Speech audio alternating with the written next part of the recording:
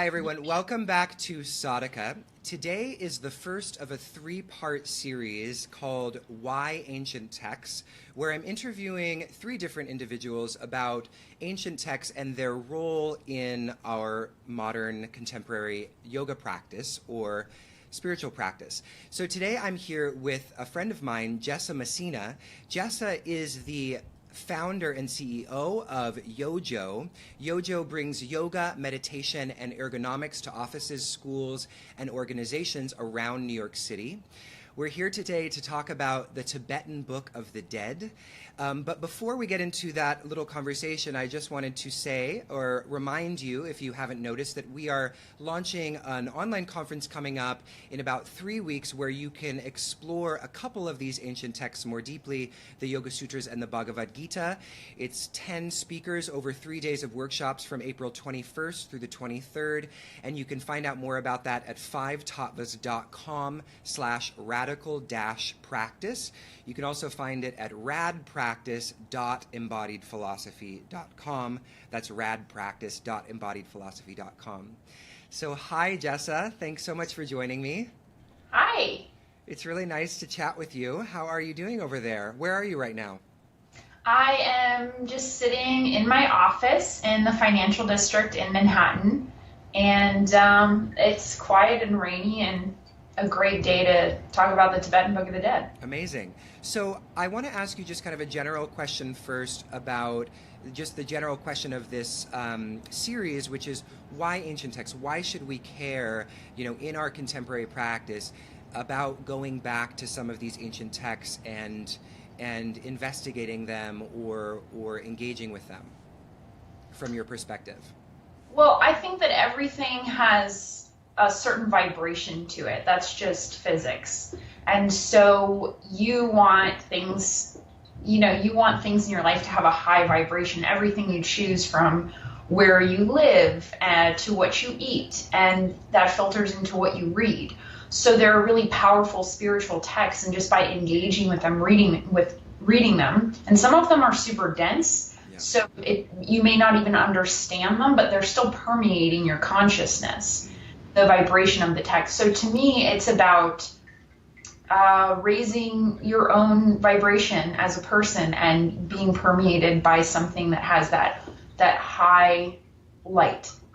Yeah. No, I really like you pointing out the aspect of vibration, because as we know as yoga teachers, that status of vibration and sound is so central to the tradition, of course, with the syllable Om being kind of like the sound of reality. So I like that idea of text being another way of kind of attuning ourselves to something higher, right? Tuning ourselves to something more expansive.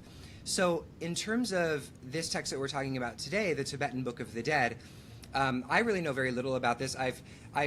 There's like another text called the Tibetan Book of Living and Dying, which I think is maybe like a bastardization of that text. But anyway, I don't know much about the text, so I would love for you to take us on a little journey about what that text is about and why it's been so central to you in your own practice.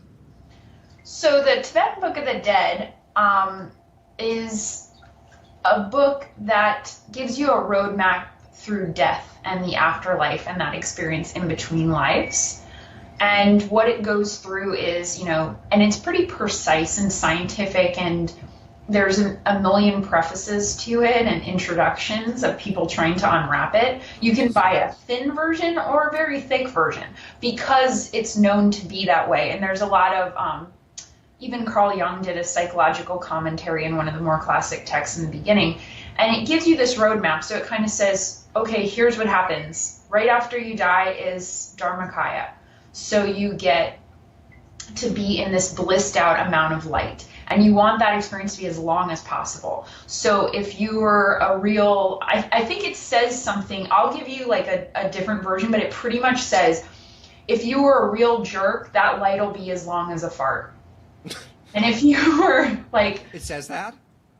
Not really, but it basically does. I'm just telling you so that you read it, you're like, oh, right.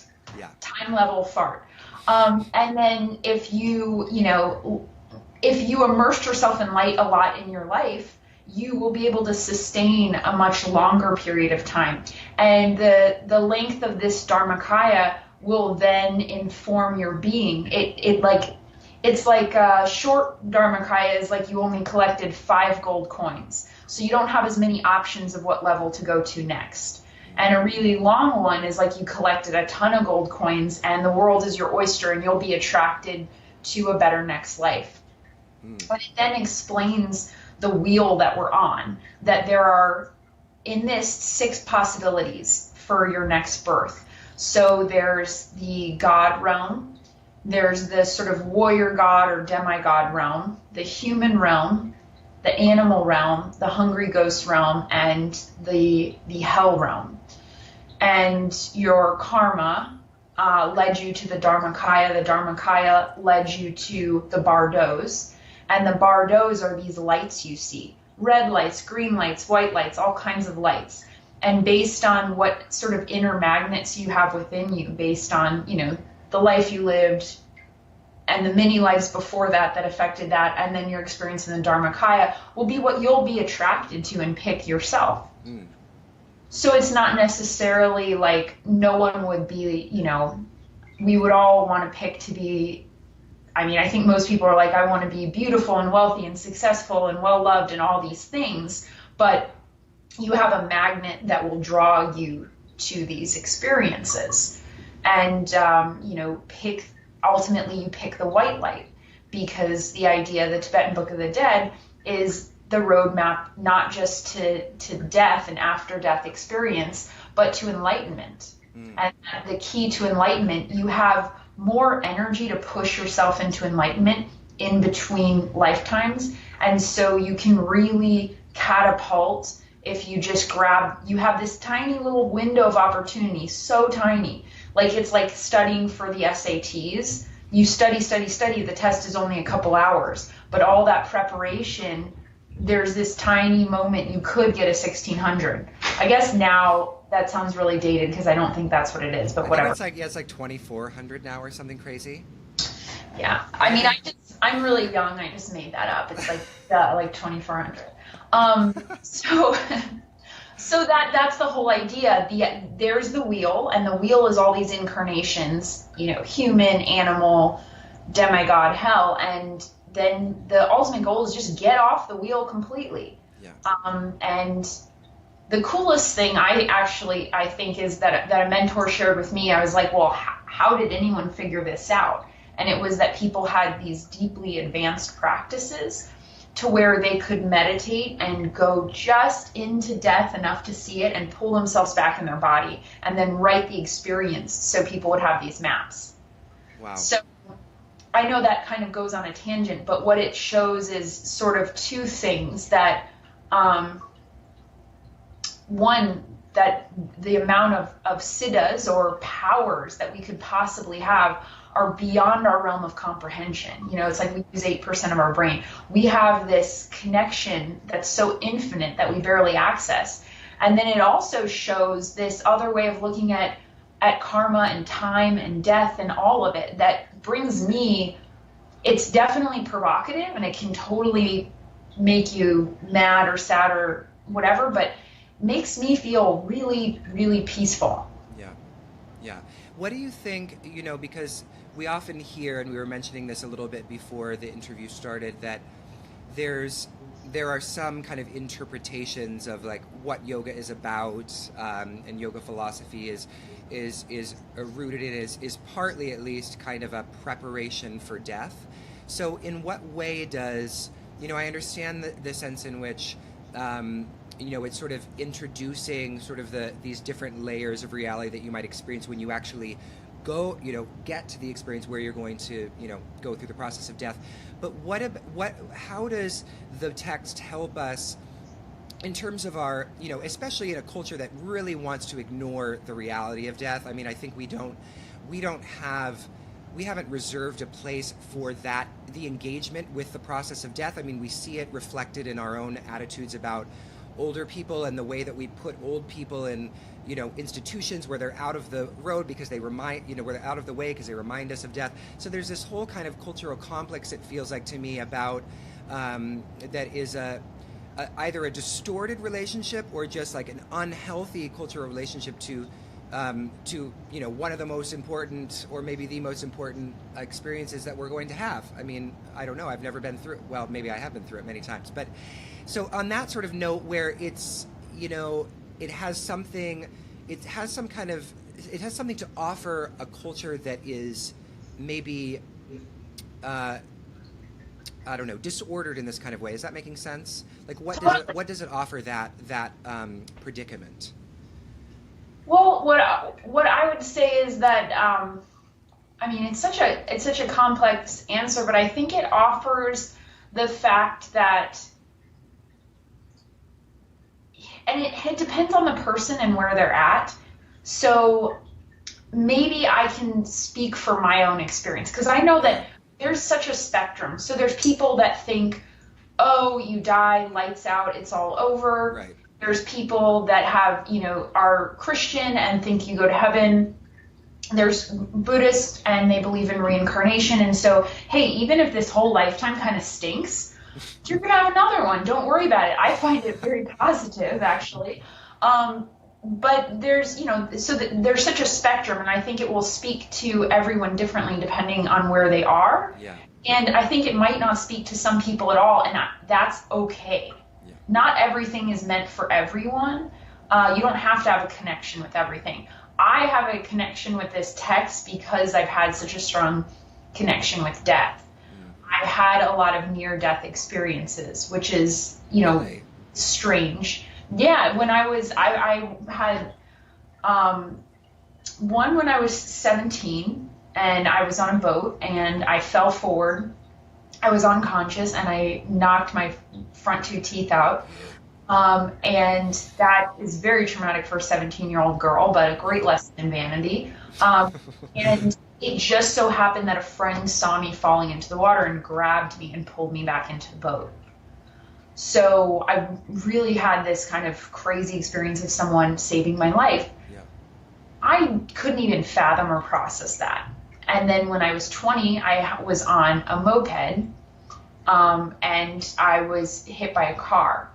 And it was on St. Patrick's Day. It was a drunk driver, and I was going, and I was literally, they say these accidents happen near your home. I could see where the accident was from the patio of my apartment.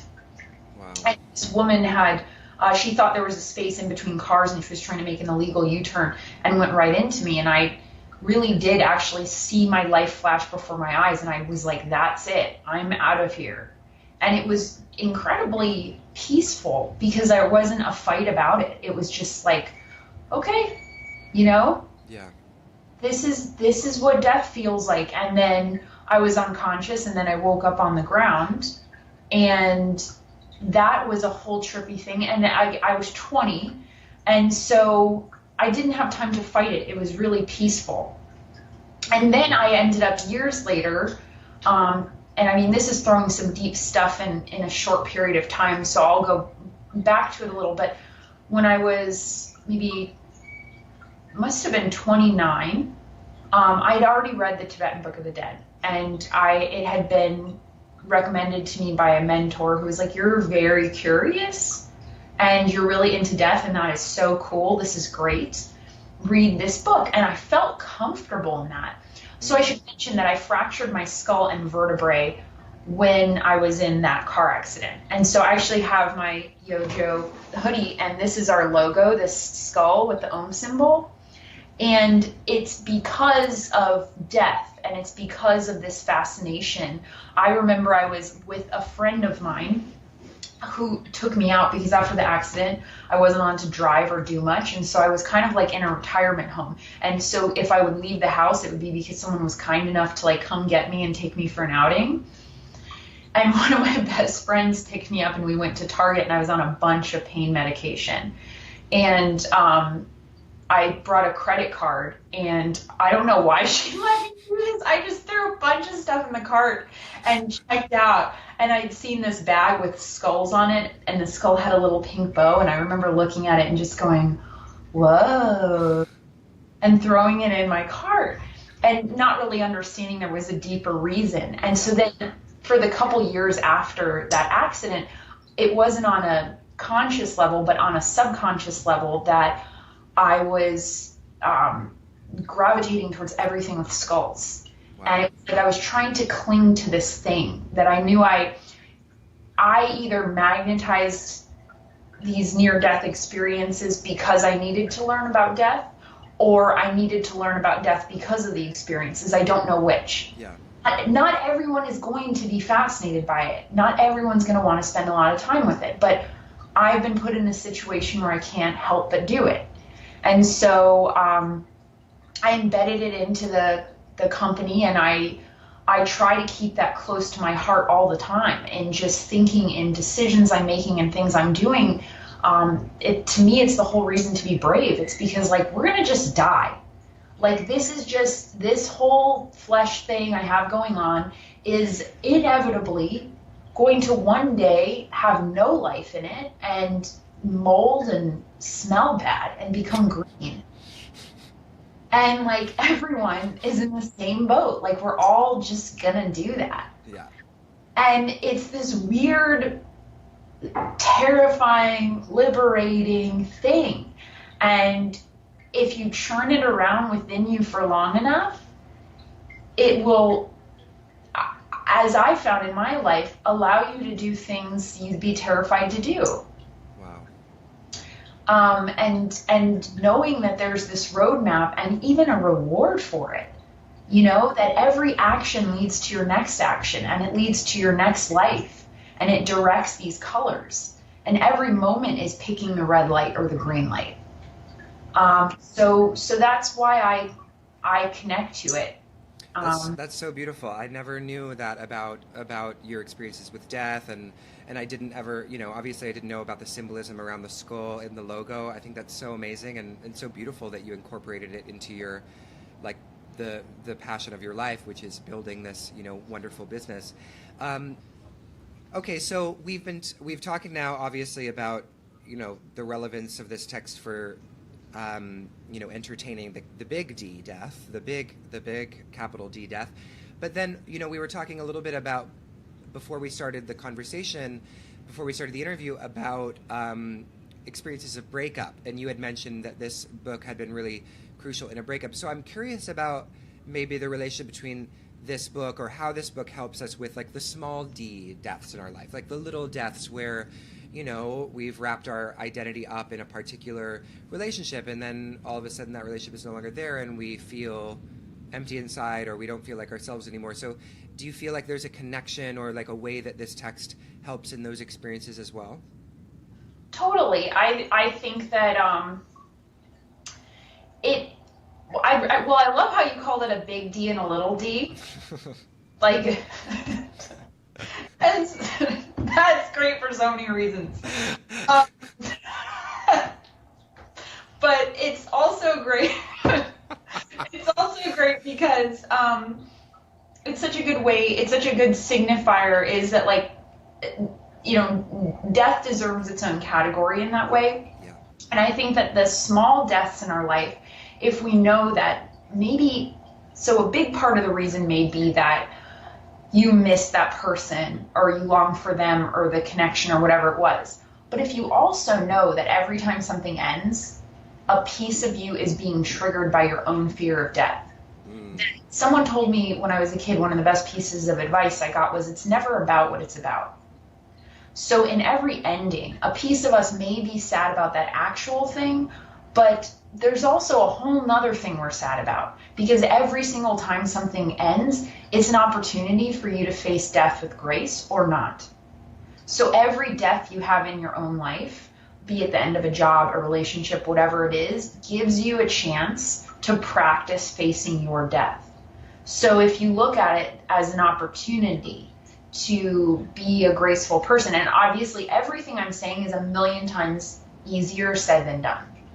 I'm not like this, like, angel who's like, you know, let us part ways. Thank you for teaching me about death. Namaste. Oh, like, I'm a human. Yeah. But I I think that it's complex and it's not black or white. So it's not about being perfect every time something ends, but if a little wiser piece of you, which everyone has, can access, holy cow, this is another opportunity. This is another opportunity for me to learn about grace, because only in death and parting and ripping something in two can you learn about grace. Not when things are smooth, you cannot learn about grace. So that's why I would say, and it did help me. I did know that I was in an opportunity to have this compassionate courage and a quiet fearlessness, or be a total mess and let my emotions get the best of me. Yeah, that's really beautiful. I love the way you put that of facing the small deaths in our life as an opportunity to handle death with grace or not. I've never heard it put that way, and that's really beautiful, because I think, the big changes are, and those small deaths in our lives, people avoid them so much out of fear of the unknown, out of fear of dying in a certain kind of way, and so people will put up with maybe situations that are terrible, like, for example, an abusive relationship, just because it's familiar, and the alternative, like dying from that familiarity, is so much more terrifying to them than staying in this abusive relationship. So it's really, I think that's such a beautiful way to put it, and it does really show how important this kind of an engagement with this kind of a text can be for people, because it can really help you develop a practice of learning how to deal with change, and learning how to deal with change, gracefully, as you say, or with grace. So that's really awesome. Thank you, Jessa. So maybe one of our last questions I have is, in terms of, practically, how would you encourage people that are interested in, obviously reading the book is one thing, but how would you encourage people to start to maybe incorporate this, or what does a practice with this text look like?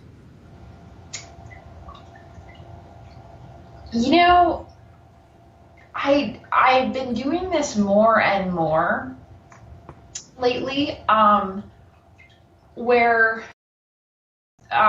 maybe I could give you again, like,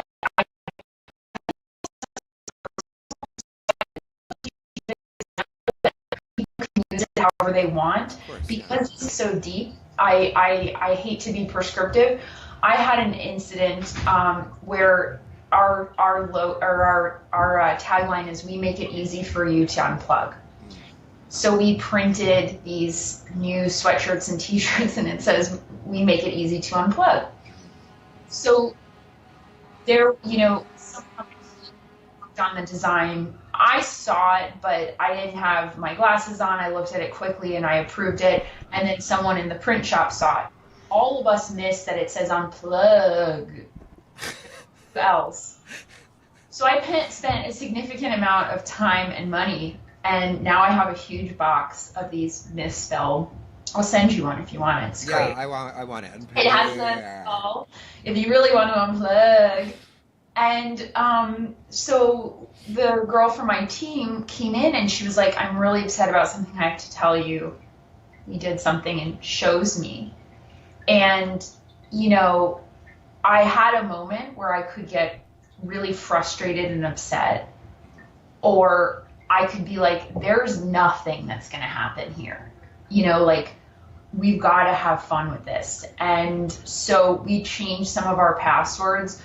You'll never guess which ones and where and what other letters, so I'll say it. So when we were changing our passwords, I put unplug, spelled wrong, and I said, well, now your whole family gets these T-shirts, and we just sort of like kept laughing at it. Yeah. And I felt like, so I just think it's every moment, remembering you have a choice every single moment. Mm-hmm. And, you have a choice and you can make a good one, and some are easier than others. I mean, that one wasn't like the hardest, but to pause, create the pauses, and remember, are you choosing the red light? Are you choosing the green light?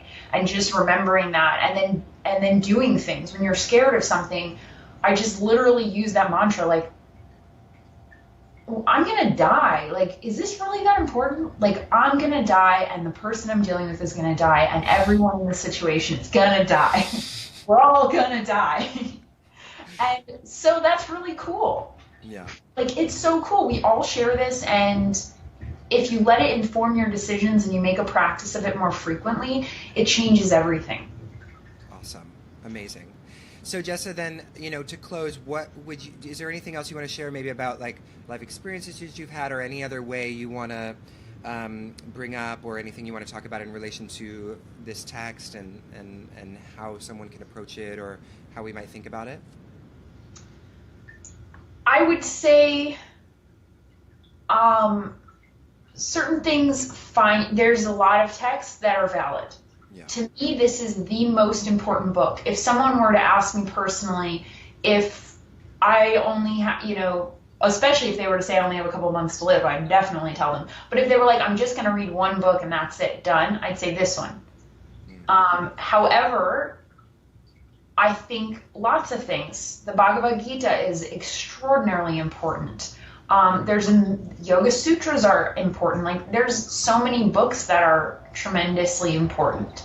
So what I think is you have to really quiet yourself, and when you're ready, the book will find you.